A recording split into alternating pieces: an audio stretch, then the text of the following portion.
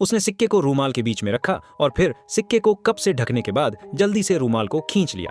सवाल यह है कि क्या सिक्का अभी भी कप के नीचे है? तेज तर्रार दर्शकों ने सिक्के को गिरते हुए देखा होगा, लेकिन अगर आप जवाब देते हैं कि कप के नीचे कोई सिक्का नहीं है तो आप गलत होंगे। न केवल टेबल को कप के नीचे माना जाता है, बल्कि नीचे की मंजिल को भी कप के नीचे माना जाता है। जैक ने करीब से देखा और पाया कि सिक्का जमीन पर छिपा हुआ है। उसने अपना जवाब देने के लिए तैयार होकर सिक्का उठाया। हालांकि सावधानी से विचार करने के बाद जैक को एहसास हुआ कि टेबल के नीचे एक दराज है और यह संभव है कि दराज के अंदर एक और सिक्का छिपा हो। जैक जल्दी से जांच करने के लिए दौड़ा, लेकिन जॉन ने उसे रोक दिया। आत्मविश्वास से जैक ने उत्तर दिया कि कप के नीचे अभी भी एक सिक्का है।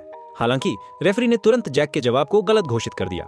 ये पता चला कि अभी जो कुछ भी हुआ वह जॉन की चाल थी। इस तरह जॉन ने जैक के संदेह का फायदा उठाया और प्रतियोगिता का पहला राउंड जीत लिया। लेकिन इससे जैक को बहुत गुस्सा भी आया। जैक ने गुस्से में अपना दाहिना हाथ उठाया और कमरे के तापमान को तुरंत बदलने वाली अपनी विशेष क्षमता को सक्रिय कर दिया।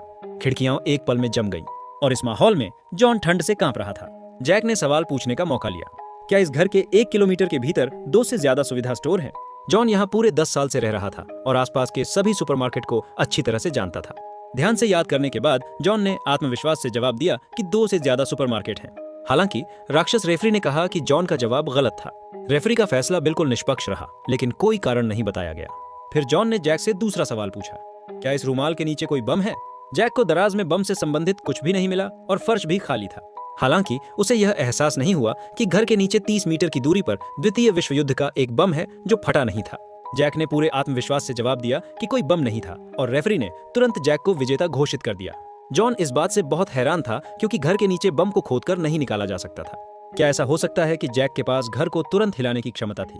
जॉन ने जल्दी से अपना लैपटॉप चेक किया और पाया कि यह चार्जिंग मोड से बैटरी मोड में बदल गया था। फिर उसने एक अखबार जलाया और धुआं बनाने के लिए उसे बैरल में डाल दिया। धुआं अलार्म सफलतापूर्वक बज गया, लेकिन आग बुझाने के लिए पानी बाहर नहीं निकला। अब जॉन को यकीन हो गया कि जैक की विशेष क्षमता घर की भौगोलिक स्थिति को बदलने की थी।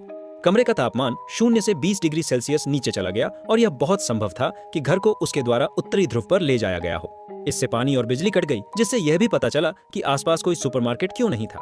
मूल रूप से भूमिगत बम भी गायब हो गया। इसलिए जैक अपनी शक्ति से जीतने में सक्षम था और 1 अंक ले लिया।